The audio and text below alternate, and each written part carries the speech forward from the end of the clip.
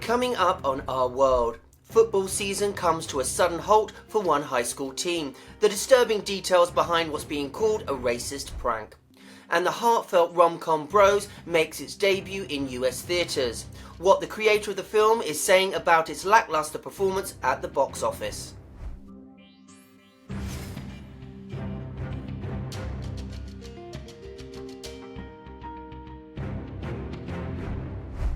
Welcome to Our World, I'm Stephen Walker.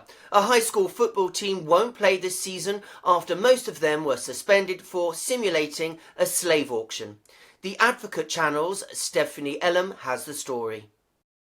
We are in 2022, about to go to 2023, and this is still happening? Frustration and shock in a Northern California community after video showing members of the River Valley High School varsity football team taking part in a disturbing prank where they appeared to stage a slave auction of 3 of their black teammates. School officials in the Yuba City Unified School District obtained the video, described as a, quote, slave sale, last week and barred the students involved from competing. CNN has not seen the video, but CNN affiliate KCRA says it shows about a dozen students pointing and yelling dollar amounts at the black students standing in their underwear up against a wall. The rest of the varsity football season will be forfeited since the team doesn't have enough players to continue. They need counseling or something, whatever we can help them with, but this should not happen. Reenacting a slave sale as a prank tells us that we have a great deal of work to do with our students so they can distinguish between intent and impact. School District Superintendent Doreen Osumi said in a statement, adding, "They may have thought this skit was funny, but it is not.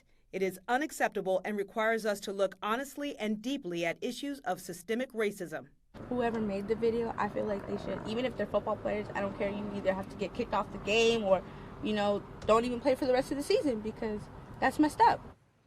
The school says the students involved violated a student-athlete code of conduct they all signed at the start of the year. Now a look at movie and music headlines, including a former Beatle and a former basketball star. Here's the Advocate Channel's David Daniel. I love being live.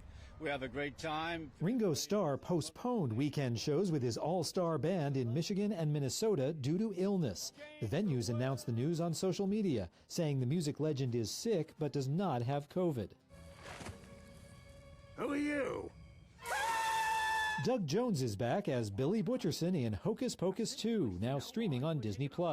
Jones says he's loved talking with fans of the 1993 original. When people say like, oh my gosh, I grew up watching you flop around as Billy Butcherson, that's reminiscent of me when I watched The Wizard of Oz, and the Scarecrow character was my favorite. If I ever met Ray Bolger, I would have peed myself. So I totally am loving this, having a movie now in this day and age that can do that still.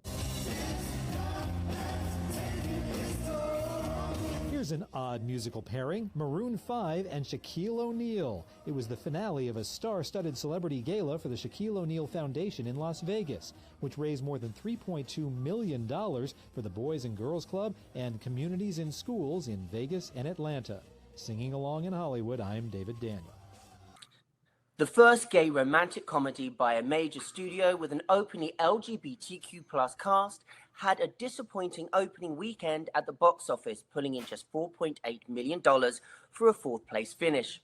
Billy Eichner, executive producer and star of the movie, has been very vocal about critics urging gay and straight audiences to give the movie a chance. Joining me now is Out Magazine writer and associate editor for Pride.com, Bernardo Sim. Bernardo. Hey, Stephen. Hi, buddy. Billy has been on a Twitter storm. He tweeted about sneaking into a theatre and listening to laughter from start to finish and seeing people wipe away tears at the end. Talk to me about the critics and audience and how they've reacted to the film. Yeah, even though Bros hasn't done well at the box office, critics and audiences have been raving about the film. Bros currently has a 90% score on Rotten Tomatoes and a 91% audience score. It seems like most people who watched the movie really liked it, but a lot of moviegoers just decided not to go see it on opening weekend, which is very unfortunate. And in another tweet, Billy said, quote, "At one point, a theatre chain called Universal had said they were pulling the theatre trailer because of gay content. What do you think that was about and the reason for it? Yeah, so over the weekend, Billy Eichner revealed that a theater chain threatened to pull the trailer for Bros because of its gay content. This company even called Universal Pictures, which is the studio behind the film. And thankfully, Universal was able to convince this theater chain to keep airing the trailer. Even though Billy never mentioned the name of this company, there's a sense that it's one of the main theater chains that we see out there in the US.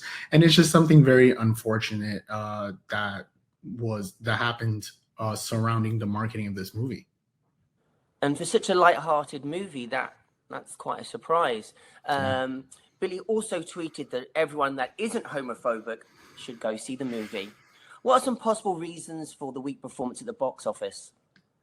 So there are a few theories going around as to why Bros didn't do well at the box office. First of all, it's an R-rated movie, which limits the audience, just generally speaking. It was released in September, which isn't the best month for theatrical premieres. I actually looked over the years, especially in recent years, and all the movies that did well in the month of September are horror films, which this is not. And it's a rom-com, which recently have all gone to streaming services rather than movie theaters. We really don't see a lot of rom-coms in the theaters anymore. But the cast members of Bros have also pointed out that being an LGBTQ movie is also a big reason as to why general audiences aren't going out to see it, which is very unfortunate. So whose fault was that, releasing the movie at the wrong time, do you think? Yeah, this is a large conversation about how the movie was marketed, about how the movie was released. Maybe there's Universal picked the wrong month to release this film. Maybe the different platform to release this film. We saw a lot of success, at least on social media, with Fire Island, which was released on Hulu earlier this year. But yeah, when a movie is released in the theaters, the box office counts. So for this box office, the box office results for Bros to be low isn't a great look for the film. But what matters is most people that have seen it have liked it. I personally really, really liked the movie. But yeah, the box office numbers are very low, and there are a few theories going around as to why. I think it's going to take a little bit for us to really unpack the reasons behind Bros failing at the box office. I mean, let's talk about the positive before we go. I mean, it's an LGBTQ plus movie being released. Okay. I mean, that's a win. I mean, that's a huge win. And being taken seriously as a community and having our movies out there. I mean, there's some positive, and I hope Billy keeps going with his tweets. Could it turn around? I mean, box offices change, right? Yeah, box office results change. Opening weekend is a really big time frame for any movie that is released, just because the newness of a movie usually. That the opening weekend indicates how well the movie will do over time. But I think there is a sense that in certain conservative parts of the United States and in the world, maybe people are feeling embarrassed to go see a rom-com, a gay rom-com. So there's a sense that this movie might perform well once it's out on demand and people can buy it or rent it at home. We saw a lot of this phenomenon with gay books where people, will only read them on Kindle because they don't want to be seen walking around with the book. We saw this phenomenon with women reading 50 Shades of Grey, that they didn't want to be seen carrying around that book. So this might be one of the reasons here as to why certain conservative parts of the country moviegoers are not going to watch it. But yeah, on demand, this might perform better. On streaming, this might do well. I think the bottom line is that people really liked the movie, and therefore I think more people will watch it based on those positive reactions. Well, fingers crossed. I hope it does a lot better when it goes on a general release. So, Bernard Sim, thank you so much. Bernard Sim, editor for Out Magazine. Thank you so much for taking the time to talk to me today.